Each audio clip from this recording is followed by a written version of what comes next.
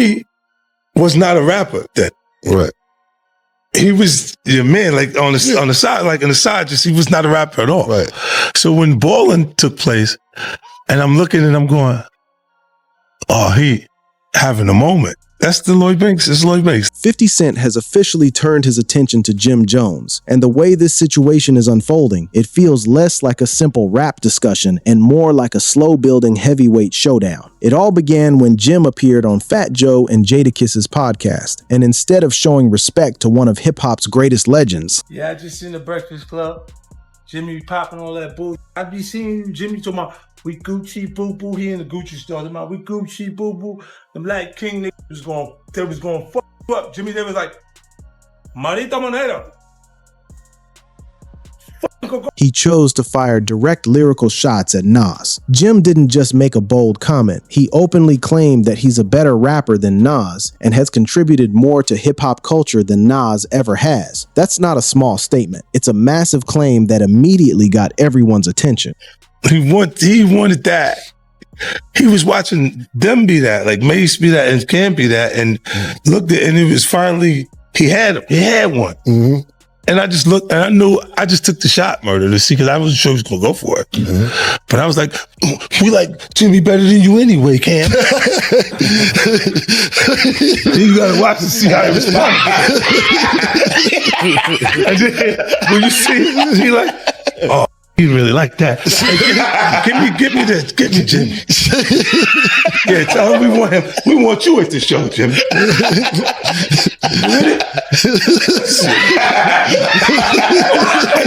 Yeah, but that was one of those things I just threw it out and see what. And then when he bit to it, because it was like he was having a moment that not sure that was going to ever happen again at that point. And then he's going, for them, they had records that were, look, I always say this to certain artists, I go, damn, when is he going to have his moment? Like, Fab, I said. What made the situation even more surprising is that Jim once looked up to Nas as one of his biggest inspirations. But during the interview, he wasn't joking or trying to entertain the audience. He looked completely serious and confident about everything he was saying. Naturally, it didn't take long before 50 Cent reacted. As expected, 50 wasn't about to let the comments slide. He jumped on social media and mocked Jim in the way only he knows how. He joked about Jim always hanging around Gucci stores, saying, Jimmy be in there like, we Gucci boo. He acted as if Jim was trying to present himself as some powerful black king ready to rewrite hip-hop history. But 50's message wasn't simply meant to be funny. It was calculated. He made it clear that he wasn't buying Jim's image. To him, this wasn't real confidence. It looked like someone putting on a performance. And according to 50, recently saw a clip on Instagram where a young kid was comparing you to Nas and saying that you got that's my young boy big hits. He's wild. Yo, he looked to you. He learned how to wear the BB Simon belt from you. He got his swag. Like, how crazy is that? Because in my era, you know what I'm saying, Nas is like a god. In my era too. I mean, so to be compared, let me that young kid out. He was young, and we loved that he loved Jim Jones. I want you to break it down. Let's break this down. I admired Nas, but remember Nas' first record, The Barbecue, came out when I was in 11th grade. The person allegedly controlling that performance was Jay-Z. This is where things become more interesting. 50 wasn't just making jokes for entertainment. He suggested that Jim had become a pawn in a much bigger industry game. In 50's opinion, Jay-Z is the one benefiting from Jim's sudden criticism of Nas. For years, Jim publicly criticized Jay-Z. He had issues with Rockefeller, took shots at Jay in interviews, and never seemed to support him. But now, everything appears completely different. Nas was my idol when I was young. Like you did, came to dressing, the wordplay, the music, everything. I was a superior Nas fan, period. I'd never take that away from him. But then as I got in the game, you got to realize that your rivals would be idols, and not to take anything away from that. I developed my own style and my own lane that these kids start to gravitate towards the same way I gravitated towards Nas when I was younger and things like that. It's a whole different generation. We talking about 94, 93, I was in 11th grade. Nigga, it's 2025. there's a big gap there, you know what I mean? And I want people to understand that. So when Shorty's telling people that, yeah, he's 20-some years old, that goes to show the part of the era that he's in, that I came into light and started going crazy, that these kids love me. They don't really know who Nas is. If he's 22, he's born in 03. Not all of them. Some of them, though. But You know what I mean? Like, Suddenly, Jim seems to be backing Jay-Z as if they've always been on the same side. To 50, that sudden change doesn't feel genuine. He hinted that this might have been one of those situations where someone throws out a controversial opinion just to see who reacts, and Jim took the bait immediately. It almost looked like Jim had been waiting for a moment like this, hoping to get back into the spotlight after staying out of the headlines for a while. But to understand why this situation has become so controversial, you have to look back at the history. This tension didn't begin on Fat Joe's podcast. It's something that's been building quietly for years. During the interview, Fat Joe mentioned that many younger fans online have started comparing Jim Jones to Nas, arguing that Jim had a bigger cultural influence and more hits for their generation. the comparisons and then Nick be trying to act funny when it comes. No, I've been spanking a lot of this. I'm talking about the industry. I've been putting on.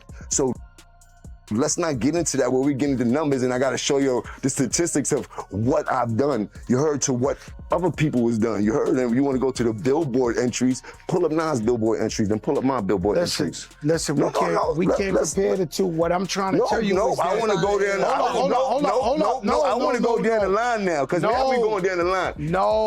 He's a rapper and I'm a rapper. Listen, no. Let's go statistically. It feels great. No, but I want to go statistically because when people be like, I feel the same way. We all feel the same way. And forget about the numbers.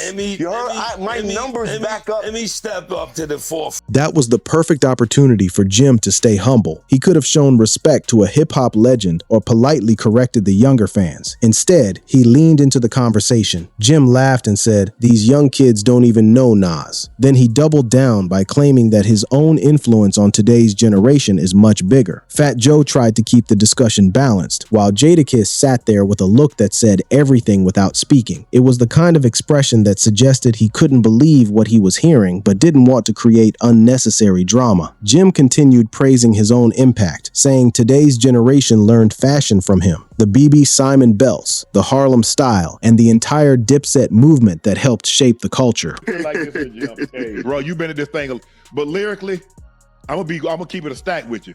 Yeah, y'all but look how you dress. Look how you dress. You don't even be in the same places I be in. And the things I can be in the church house. You can't F Nas lyrics. I don't know who told you that. Now look, I know you on that good stuff, but you're not seeing Nas.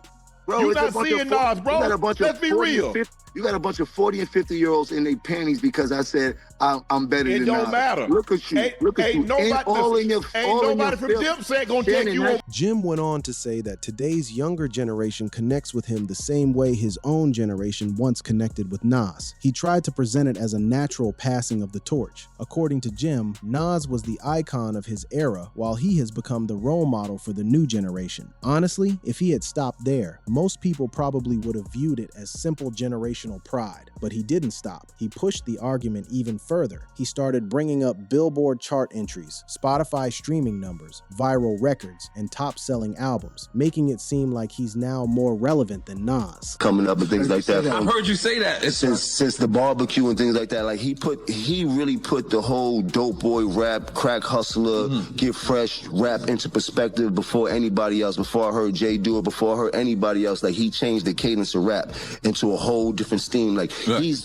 the one that broke the camel's back when it came to artists, like to me, when it came to artists like Big Daddy Kane and all these artists that came right before him. Like after Nas came with that, they started to fade out, and then Jay, Fat Joe, like all of these rappers that are spitting about the life that we was really starting to live right now and how it was changing. Like this is, you know what I mean? So that's how I felt about that whole little. By doing that, Jim acted as if streaming numbers alone defined greatness in hip-hop. The problem was that the internet reacted almost instantly. Nas supporters came with facts and statistics. Social media quickly filled with side-by-side comparisons, and many people criticized Jim for even making the comparison. The numbers told a different story. Nas has 27 Billboard 200 entries, 16 top 10 albums, and 6 number 1 albums. Jim, on the other hand, has 9 Billboard entries, 3 top 10 albums, and no #1 albums. From a statistical standpoint, Nas clearly leads in every major category, and that's before people even mention the lasting influence of classic albums like Illmatic, It Was Written, and Stillmatic. Diplomats,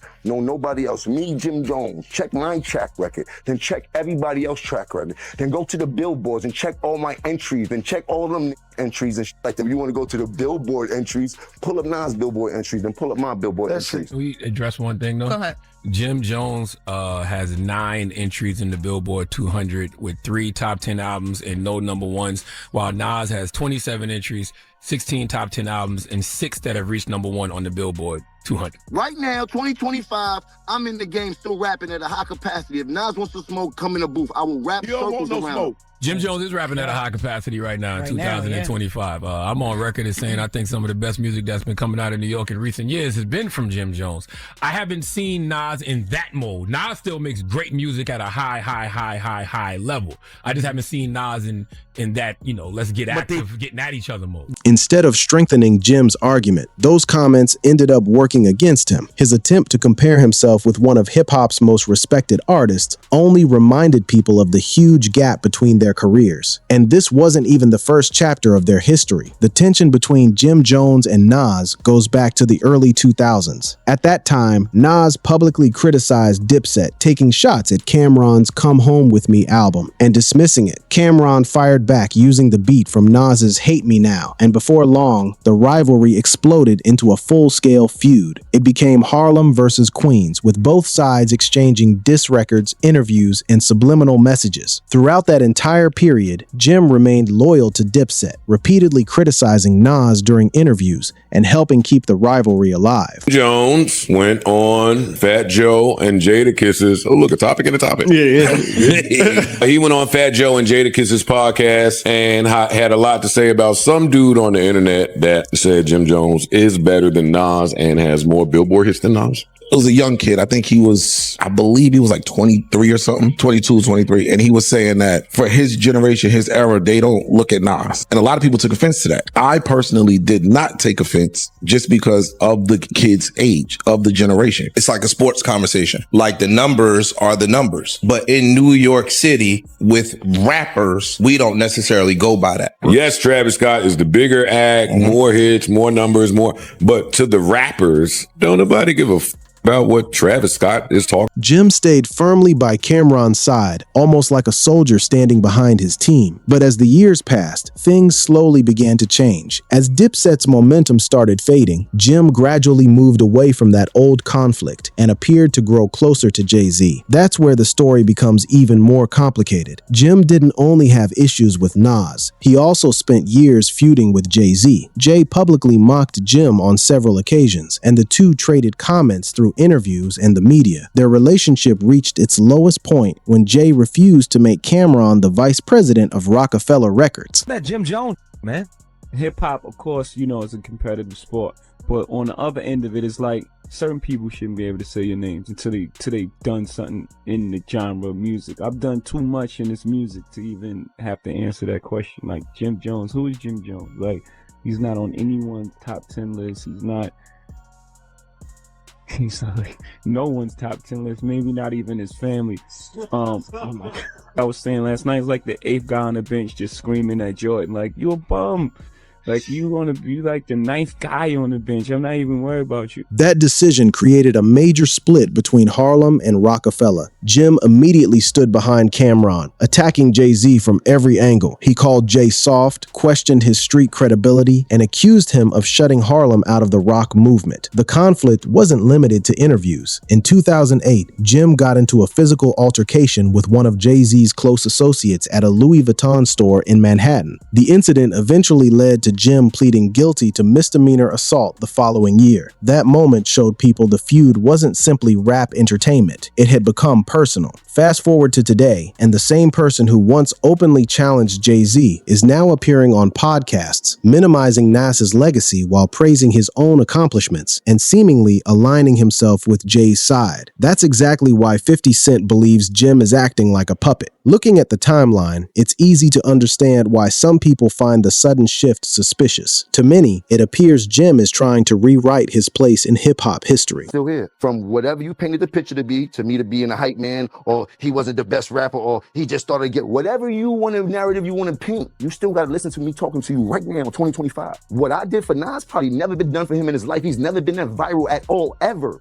He's never been talked about like this ever in his life. The last time he was in some shit like this where people were comparing when him and Jay was beating on him. But history doesn't disappear. Jim wasn't carrying Harlem by himself, and he wasn't leading the movement alone. Dipset definitely had its moment, and Ballin' became one of the group's biggest hits. However, Nas was already shaping hip-hop culture, while Jim was still building his own career. The most interesting part is that Nas never felt the need to respond. His silence spoke louder than any comeback could have. Everyone in the room understood the difference. Jadakiss didn't even have to say anything. His facial expression told the whole story. Nas has already earned his place as a certified legend, and he doesn't need to debate statistics or compare resumes with Jim Jones. I wasn't in the ad because of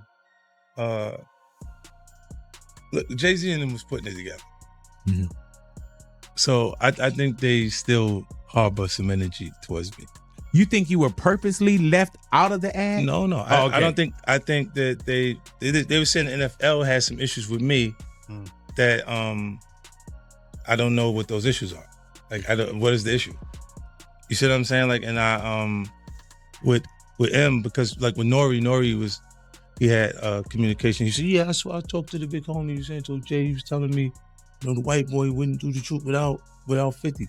I hit the homie. The big homie Jay-Z, right? And I told him to come pull up on me. And he pulled up on me and he said, the white guy called for 50 Cent.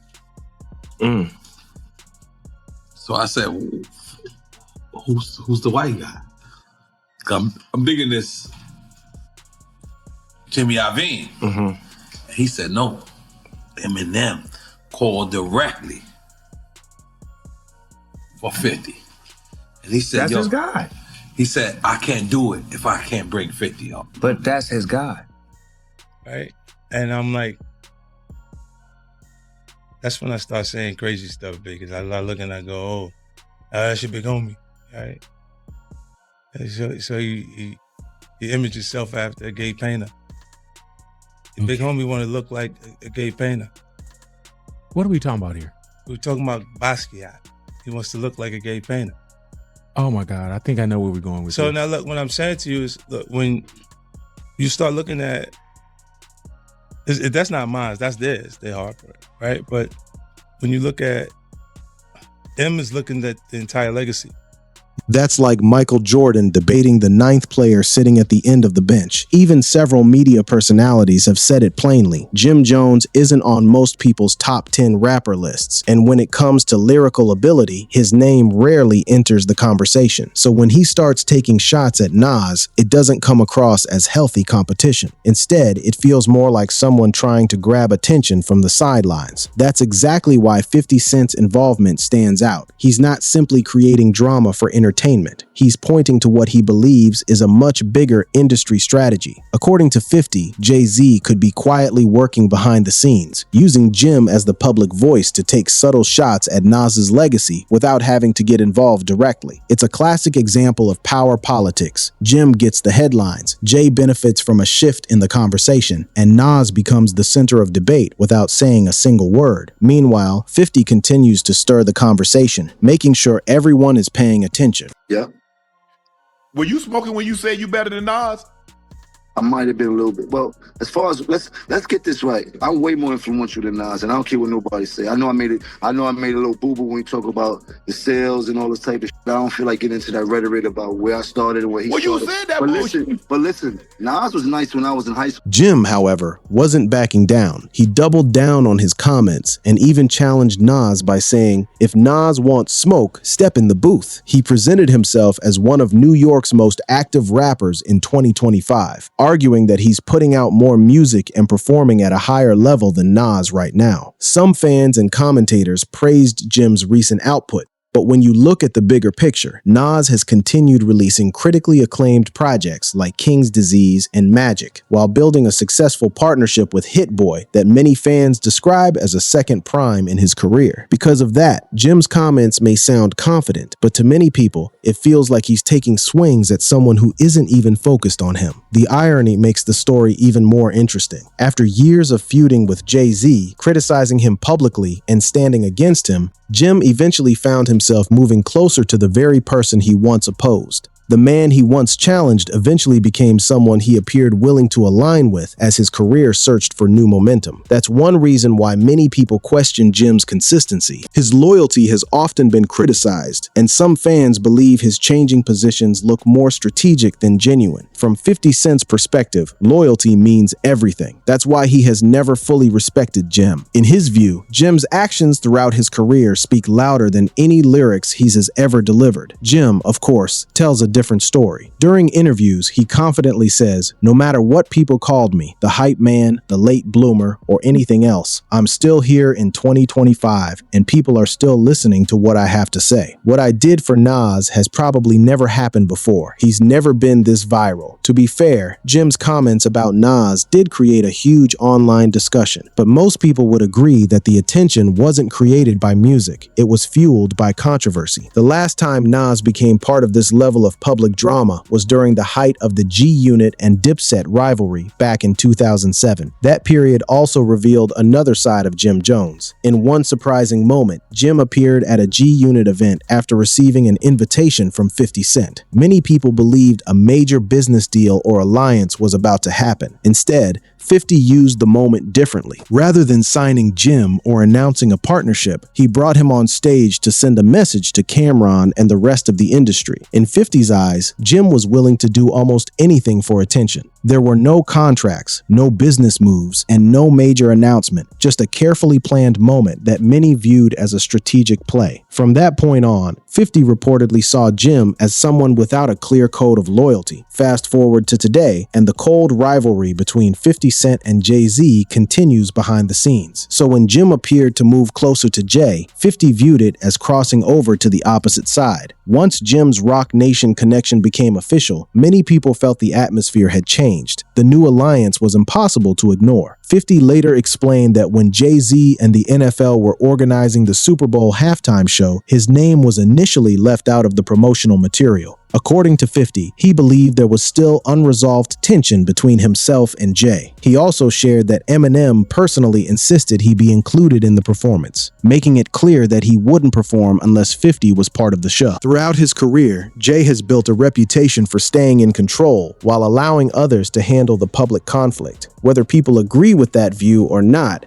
many believe he rarely needs to speak because others often end up carrying the conversation for him. That's also why 50 says he values loyalty above politics. He often points to Eminem as the perfect example. When it mattered most, Eminem publicly stood beside him without hesitation. According to 50, that's the kind of loyalty that lasts forever, and it's one of the reasons their friendship has remained so strong over the years. In the end, streaming numbers eventually change, trends disappear, and online hype fades away, but respect and legacy are much harder to replace. Jim Jones may be making headlines in 2025, but Nas built the foundation that many artists still stand on today. Greatness isn't created through controversy alone. It's earned through consistency, influence, and years of lasting impact.